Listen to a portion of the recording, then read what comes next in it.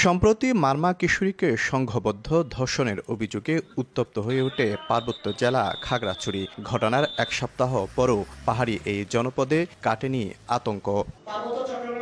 এমন বাস্তবতায় সোমবার সকালে চট্টগ্রাম প্রেস ক্লাবে পার্বত্য চট্টগ্রাম সম্প্রীতি জোট সিএসটির সংবাদ সম্মেলন তুলে ধরা হয় ৬ দাবি। বক্তারা বলেন, পার্বত্য চট্টগ্রামকে অশান্ত ও বিচ্ছিন্ন করতে দেশবিরোধী ষড়যন্ত্র চলছে এখনও। অভিযোগ, বিচ্ছিন্নবাদী সংগঠনগুলো পণ্য ও গুমের মাধ্যমে বছরে ৭০০ কোটি টাকার চাঁদাবাজি করছে।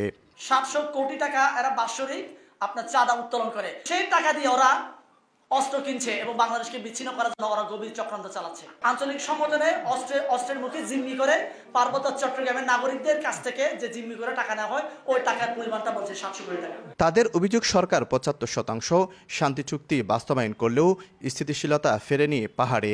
গত ২৯ বছরে হয়েছে ৩,০০০-এর বেশি হত্যাকাণ্ড।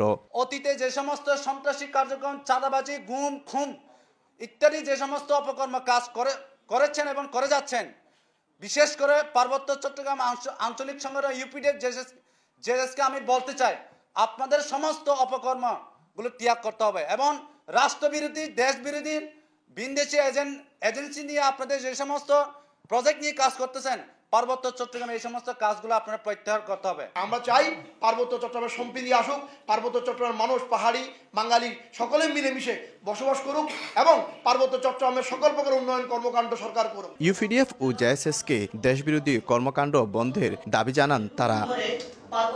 শফিকুল আলম, সময় সংবাদ, চট্টগ্রাম।